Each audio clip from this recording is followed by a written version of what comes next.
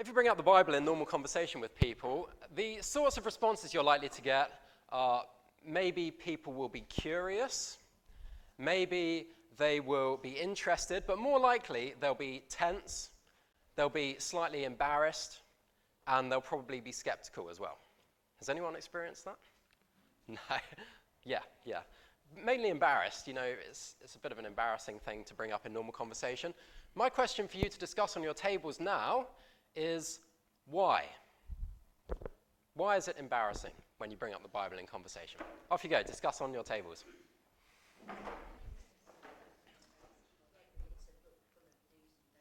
Yep, excellent. So we've got some great ideas there, a lot that I haven't thought of as well, which is really good. And I've categorized a lot of the reasons why people are embarrassed about the Bible into two groups, really. First of all, what's in the Bible. Either they don't know, or they've heard things and they don't like it. They've heard there are rules, they've heard there are ethical problems, maybe it's not respectful to women, or it promotes slavery, or what about that genocide, in the early books of the Bible, this kind of stuff, so they don't like what's in the Bible. Or secondly, they don't like the Bible as a principle. As Dorothy was saying, they don't like the idea of us subjecting ourselves to a book from the past particularly. So, those two categories, we've got others there about relationship as well, which are great, and I will be making a note of those later. So let's have a think, particularly about the second of those two groups, the fact that they're embarrassed that we should put ourselves under the authority of a book.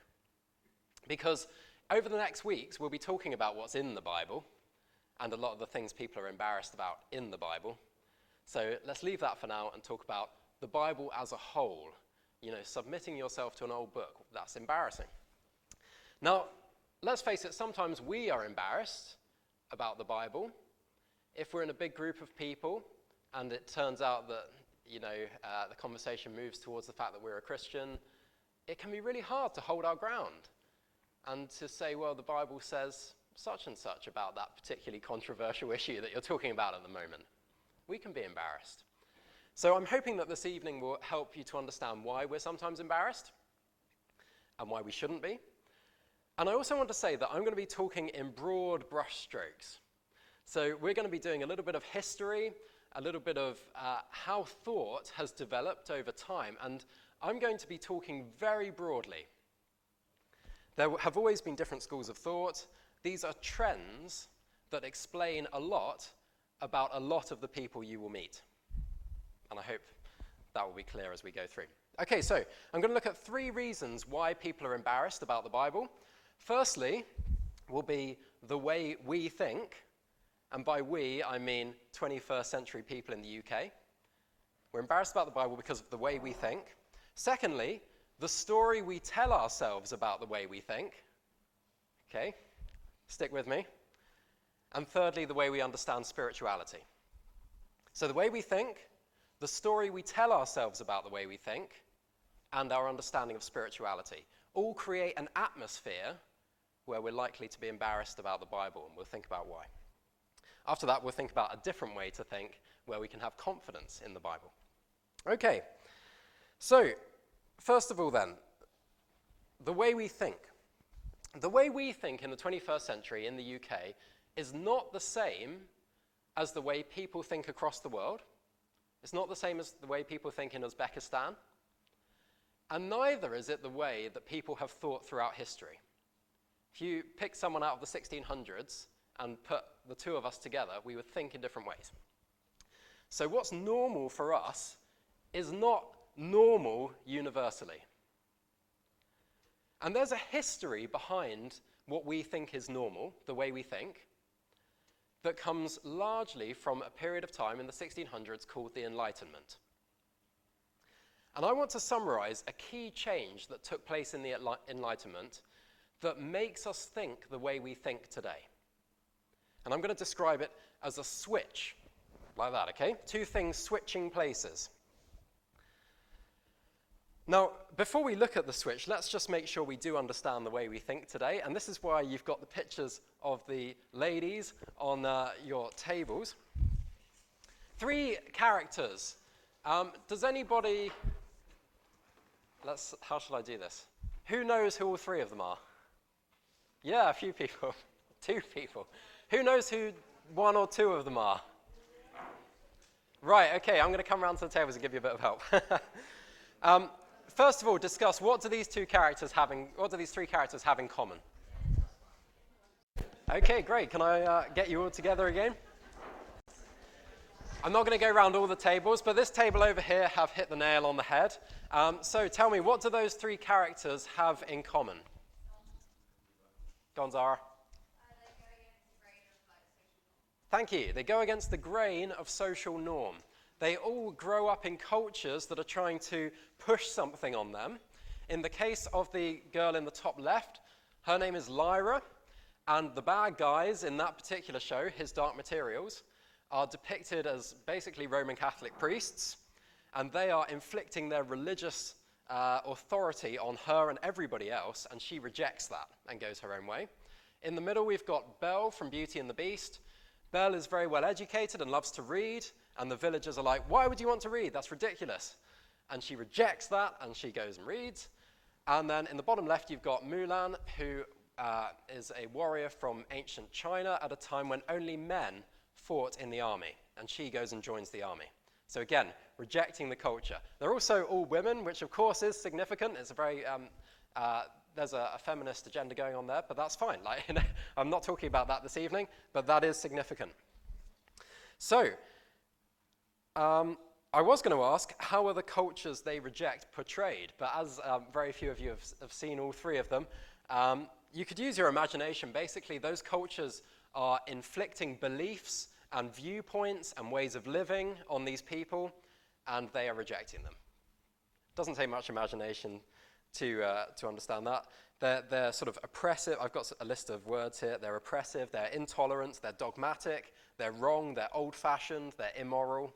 You get the idea.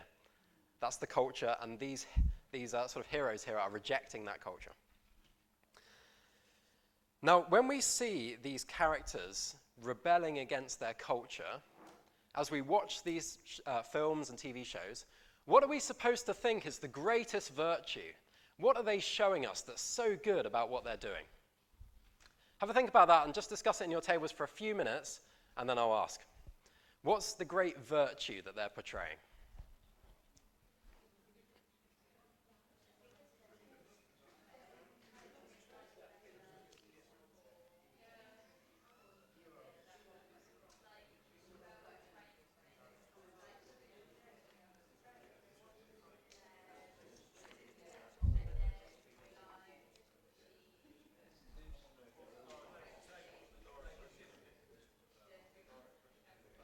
Okay, can I wrap that one up? Just a very short conversation there. I've definitely heard the right answer from over here. So, what is the virtue that they are portraying? Becca, what did you say?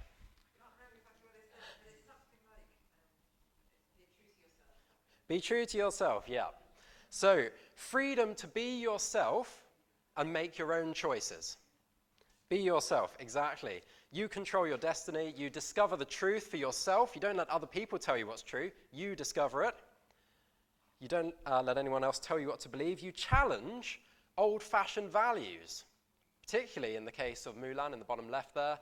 Why should men only join the army? Why can't women join the army? That sort of stuff. You don't hold on to these values if they don't make sense. Now, those ideas describe the thinking of people after the Enlightenment. So if you had asked somebody all of this stuff before the Enlightenment, you'd have got a very different set of answers, and each of these people would have been the villains. These 3 women would have been the villains. They did not go for the same things that we go for. They didn't think in the same way. In fact, it's the flat opposite. Something changed in the Enlightenment that means the way they thought is the flat opposite of the way we think today. And that's what I'm going to be talking about. That is this switch. Okay? Now, in normal language, the shift is from listening to others to listening to ourselves. But it's a bit more than that. So take that away. If I explain the next bit badly and you don't follow, don't worry about it. Take it as listening to others has swapped to listening to yourself, okay? But it is a bit more than that. I've got a couple of boxes to help me, and I've used these boxes in church so many times since I got them. They've stood me in good stead. Okay, these are a couple of expressions, philosophical terms that I'm going to be talking about. The first one is ontology, which just means the way things are, the nature of being. What does it mean to exist? What is the universe? That's what ontology is, okay?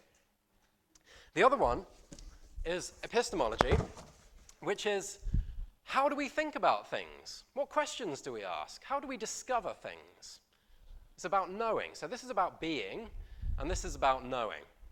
Now, before the Enlightenment, everyone took it for granted that ontology came first and epistemology came second, which means in practice, somebody told you what the universe was like and what existed and how it existed and whether there was a God or not, and as a result of that information, you decided how to think, and you decided what questions to ask and how to examine the universe. In the Enlightenment, that switched. I'm checking my notes because I want to be precise here. Okay. Now, this will sound familiar to you because this is the way we think. We start with evidence and the information available to us, and our science and our discoveries and our feelings, and from all of that together, we build a picture of what the universe is like.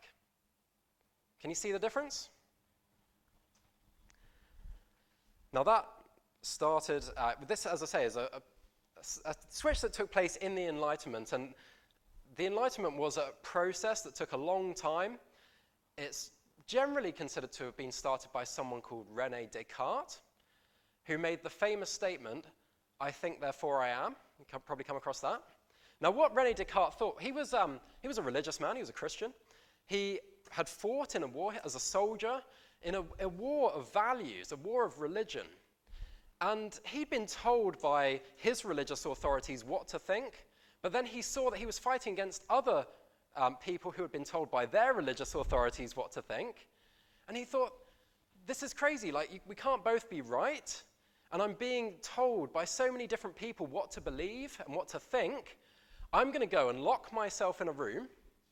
I'm going to empty my mind of everything that everyone's telling me, and I'm going to discover what it is that is true. What's the one thing I can discover for myself that is real?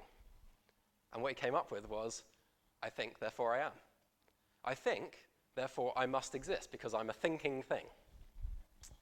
And that is where the switch took place. No longer was he listening to others first, and then deciding about reality, about what questions to ask reality afterwards. He had put himself first, and knowing first, and then he went out into the world and asked it questions to find out what it was really like. Okay. So, what's the problem? Why does that make the Bible seem embarrassing? The first is because when epistemology precedes ontology, it makes what the Bible says seem implausible. Let me explain that.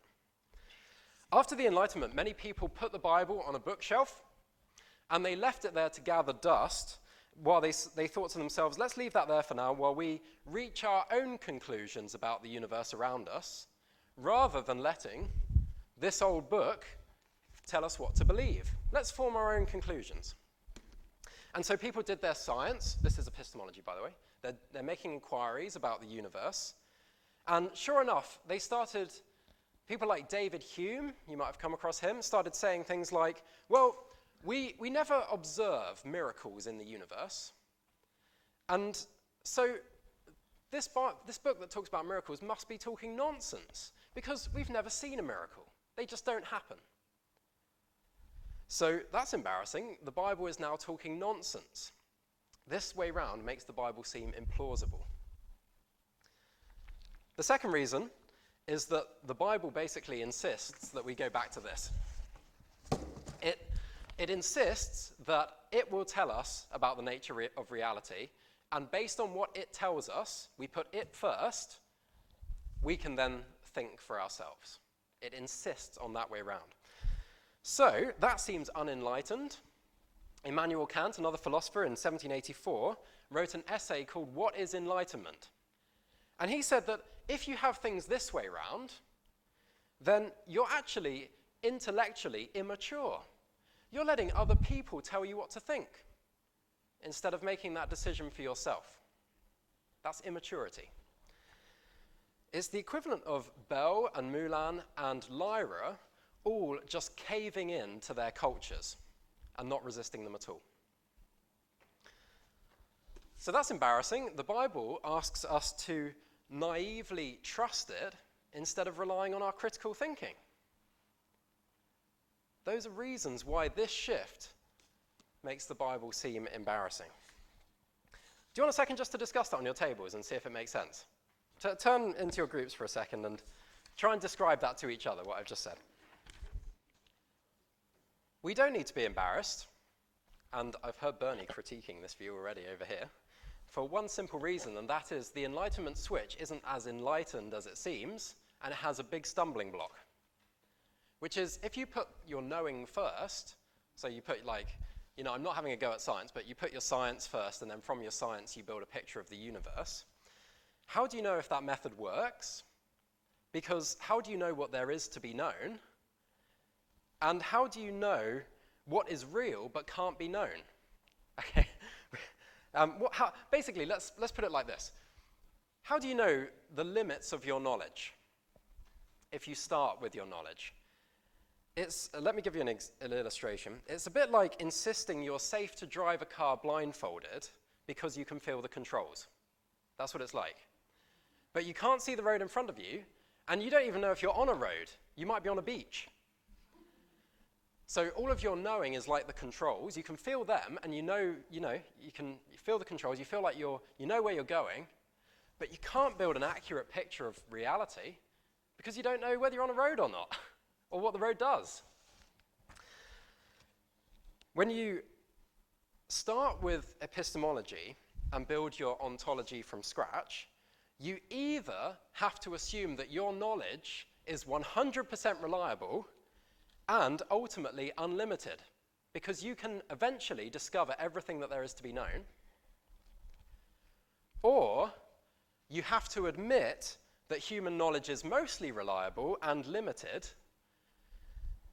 and then you have to admit that you will never reach a complete picture of what existence is and what the universe is and what might be outside the universe and what we can't know but might be out there to be known. You can only build an incomplete picture.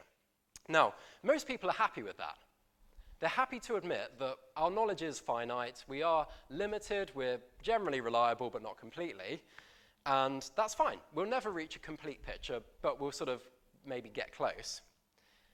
And yet, they believe that we know enough to say that this approach is much better than that approach, even though they don't even know what this is. So don't let people tell you, I mean, they're not going to say this in these words, but don't let them tell you that starting with ontology and then following it with epistemology is naive, which is what people think about believing the Bible. You know, if you put the Bible first and you trust it instead of your critical thinking abilities, and maybe when you disagree with it, you take the Bible as true, that's naive, they'll say. Don't let them tell you that, because it's not naive. Because they are naive by thinking that starting with their way of knowing, they can build a complete and accurate picture of the way the universe is and the way existence is, enough to say that the other way around is naive. If I've lost you a bit there, I'm sorry. I'm moving on to my second reason why we might be embarrassed about the Bible, and things get simpler again, okay? So this is the way we think. Next, we're going to talk about the story we tell ourselves about the way we think. And I think this will ring bells with you, okay? We think in a certain way, we 21st century British people, and we justify the way we think as a good thing. We live in a secular culture, and we say secular is a good thing. Yes, Catherine? I just wanted to say, if you're doing the ontology first, then if there's only one truth, then how is trusting the Bible as true at the beginning? Yep.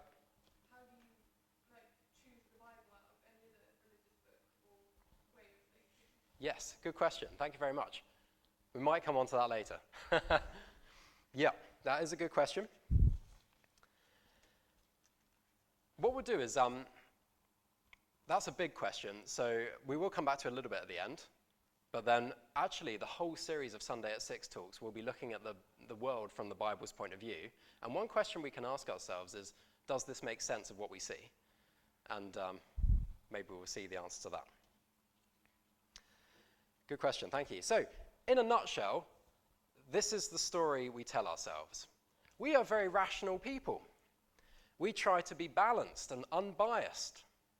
And we don't fall for illogical things or superstitions, that sort of thing. Would you agree that's how we think in the UK? Okay. And the story goes, we made this change in the Enlightenment.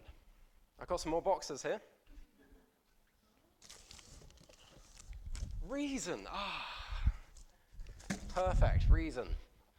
Now, people place all sorts of rubbish on top of reason. Superstition, other biased and irrational things. Okay. Oh, save that one for later. Now, the story goes, in the Enlightenment, we rid ourselves of biased and irrational things. And you know what? We rid ourselves of superstition. And we took away faith and religion so that we were left with reason. And reason was a great foundation on which to build our knowledge of things. So reason, why is that such a good foundation? Well, it's neutral. You're not going to be biased by your religious beliefs. Your reason is neutral. It's logical. You can go back to basics and work up from there to the answer. It's self-correcting for the same reason. Nobody claimed that reason was infallible, but they did say it was self-correcting. So even if you didn't get the right answer, you could discuss it amongst yourselves, and people together would get the right answer. It's evidence-based, it's scientific, and it's gained through experience and critical thinking, not mindless rote learning. Why should you have to learn the Psalms and the Ten Commandments? That's ridiculous. You can use your reason. And actually, this is why we don't have much rote learning in our education system. We have a lot more critical thinking, which it's not a bad thing. I'm not having a go at the Enlightenment. There are lots of good things that came out of the Enlightenment, but there were some bad things as well. So reason, what a solid foundation. Now, why does that story that we tell ourselves about the way we think make the Bible seem embarrassing? It's because the Bible is like adding all of these things back onto reason again, you know. Faith and religion, exactly, that's what we're all about. And superstition, maybe some Christians might be superstitious. And definitely biased and irrational things.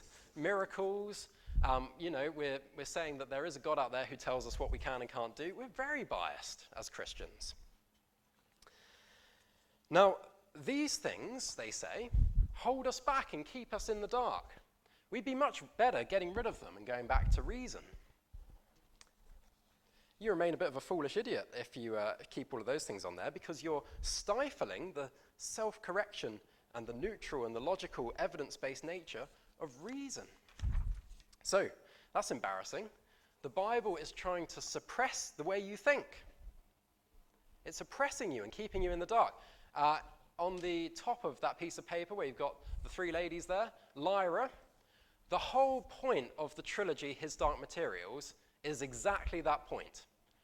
Organized religion is oppressing you and keeping you in the dark. And Lyra is awesome because she breaks free from all of that and she learns to be herself and rule herself and all that sort of stuff.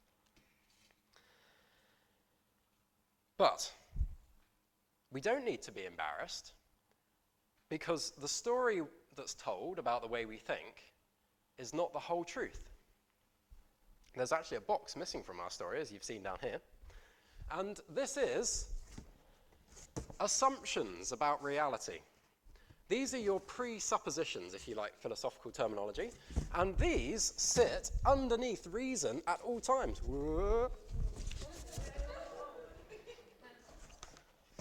Okay. Phew, that could have gone wrong. So a person's reason is not neutral, actually. It's not unbiased. It's already affected by their assumptions about reality. So, for example, it isn't possible to say, when it comes to the existence of God, I'll just see where the evidence takes me. Have you ever heard that? It's not possible to say that. Because your assumptions about reality will create a set of criteria in your mind about what evidence is good enough. And that criteria for evidence will push you in one direction or the other. That's where your presuppositions, your assumptions come into play long before you hit reason. Now, as we shift from modernity to post-modernity, people are actually starting to take this on board. And so we do have a bit less optimism about our ability to know everything and to reason our way to the truth all the time. In practice, it means that we're willing to be tolerant of others' views, because who are we to say that they're wrong? We're also a bit more open to some of these things, a bit more open to spirituality. So why is the Bible still embarrassing?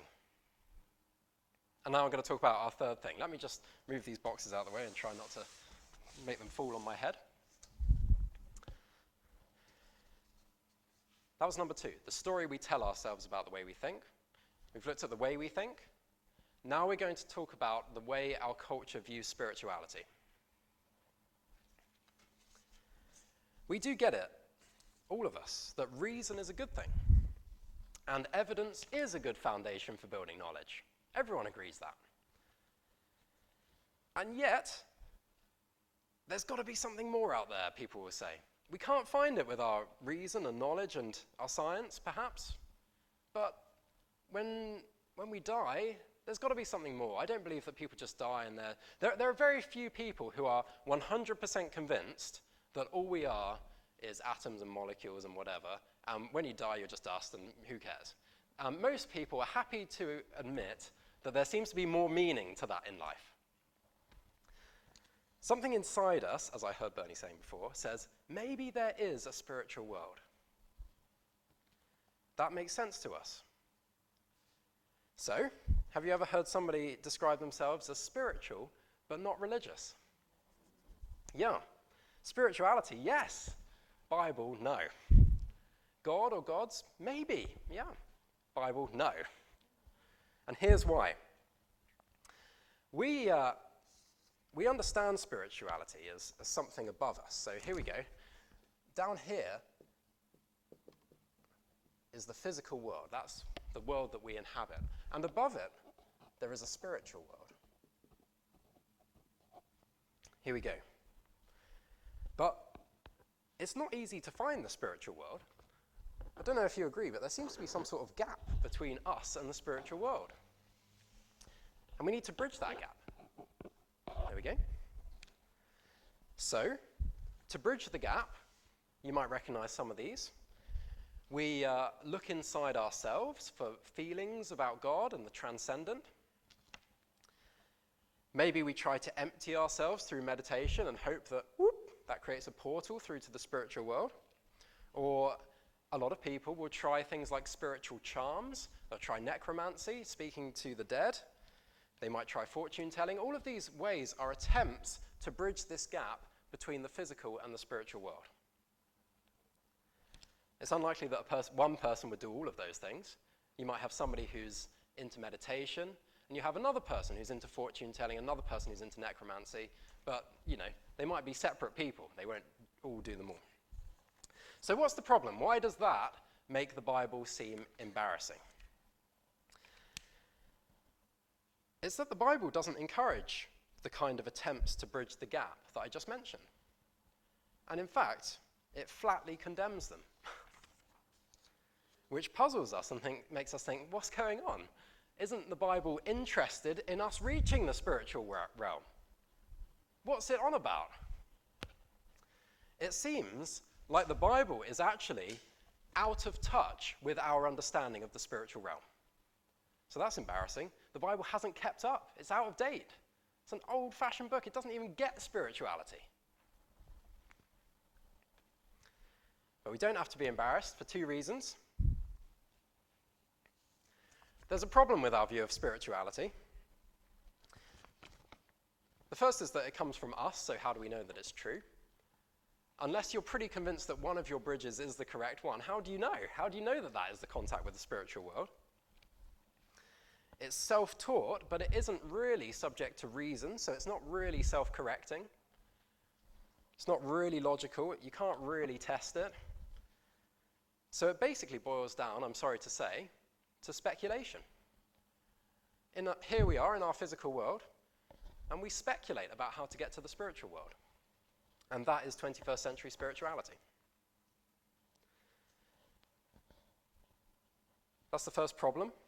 The second problem is that, in a way, the Bible actually isn't interested in us reaching the spiritual realm, which may surprise you.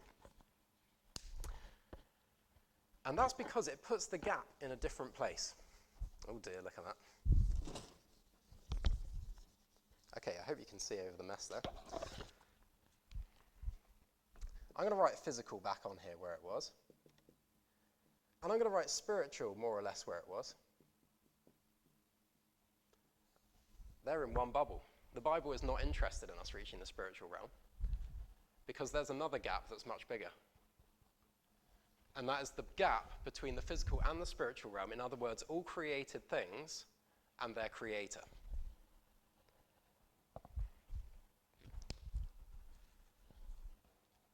When you're reaching for a higher power using meditation or emptying yourself or doing necromancy, you're only ever reaching the created order. You never make it to God. You only make it to creation.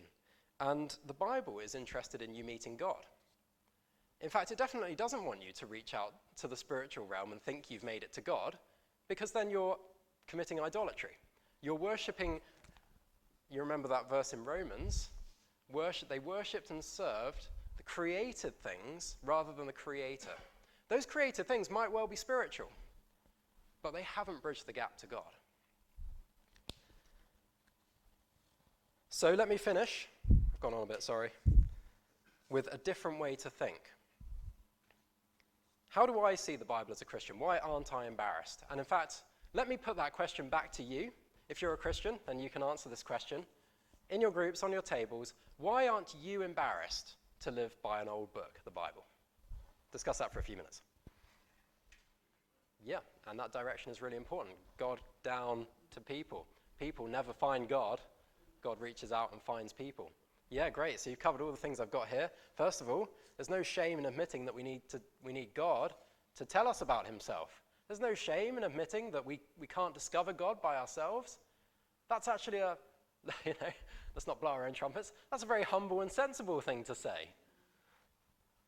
You wouldn't be embarrassed to watch a YouTube video or read a book, if you needed to do some work on the car that you couldn't work out for yourself. This is much bigger than that. We're talking about discovering the creator of everything who is completely different in being to the created order.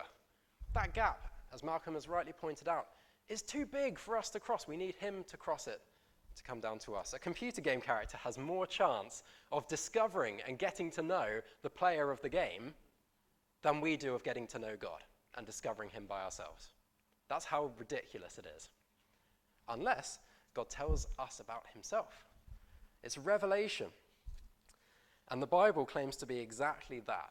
God telling us about himself. Imagine if I sent my CV to Chris, and Chris picked up my CV and said, "Do you really expect me to believe that this piece of paper tells me about a real person called Sam? Oh, please." And I would think, yes, that's exactly what I expect you to believe. It's a CV. That's what God expects us to believe with the Bible.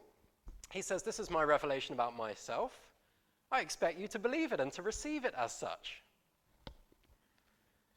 And when you do read it like that, as we've said a few times around the room, it stacks up. It makes sense of reality. Now, over the next few weeks, we'll be talking about the Bible's reliability. We'll be talking about the fact that you can trust the Bible even in these controversial matters that people are talking about. You can trust the Bible, as Bernie will be talking about in a few weeks' time, where science or our understanding of right and wrong seems to call it into question. And it stacks up as a coherent way to understand life and ourselves. There's a barbershop out there that says something like, the complete image for men or something like that. And just reminded me of Genesis 1, where it says that people are made in God's image. That view of, sorry, I'm getting a bit off track here, but that view of life explains an awful lot of things. As I think we were talking about the day away a bit, weren't we, Hannah? That was being created in God's image explains a lot about why people are sitting here in this room doing this today and dogs aren't. And finally, again, as has been mentioned, you end up meeting the author of this book if you take it seriously. Imagine if I was going through a cupboard for something my wife Claire had bought earlier in the day, and someone came along and said, I actually can't believe what you're doing, Sam. That's the stupidest thing I've ever seen. Sam, you must be naive and lacking in education. And then finally they get to the point and say, Sam, Claire doesn't exist. That's how a lot of Christians feel when they're looking in the Bible for answers. Because they're looking in the Bible for answers and somebody comes along and says, you must be naive, you must be uneducated. God doesn't exist. And you're there like, I know that God exists. I know God. I've known him for years. It's a relationship. And if you're not a Christian this evening, then you need to meet God, which involves him reaching out to you. You can't get there by yourself. I'm going to finish with some words of the Bible. Sorry, I've gone a bit over time. These summarize a few significant parts, and you'll know them well if you're a Christian. God so loved the world that he gave his one and only Son, that whoever believes in him shall not perish but have eternal life. For God did not send, God sent, okay? God did not send his Son into the world to condemn the world, but to save the world through him.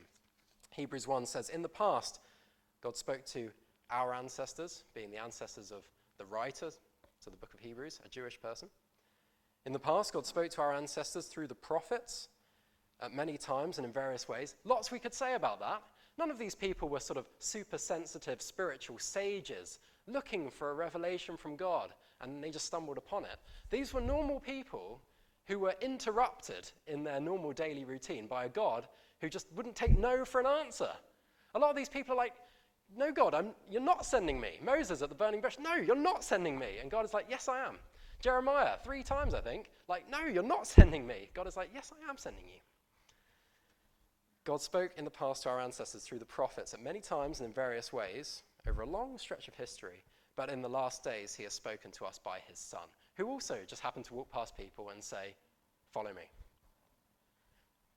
These words from John 1 are, I think, the most profound, I mean, who am I to make a judgment on this? But I think they're the most profound statement about epistemology and ontology and about all of these things that have ever been written. And it's how John starts his gospel. In the beginning was the Word, and the Word was with God, and the Word was God. He was with God in the beginning.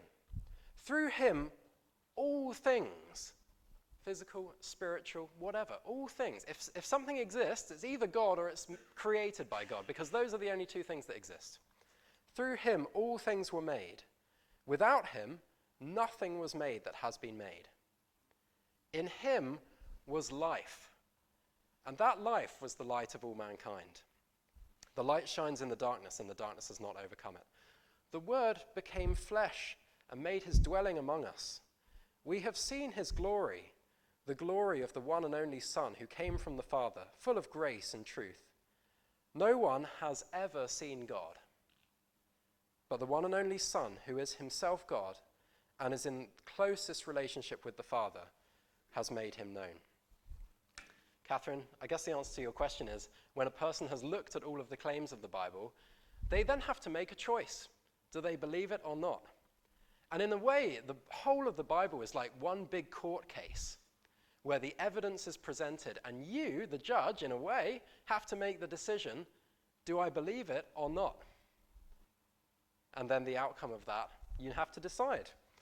Do you believe what the Bible says about a future judgment day where you will not be the judge, but somebody else will, and that is God?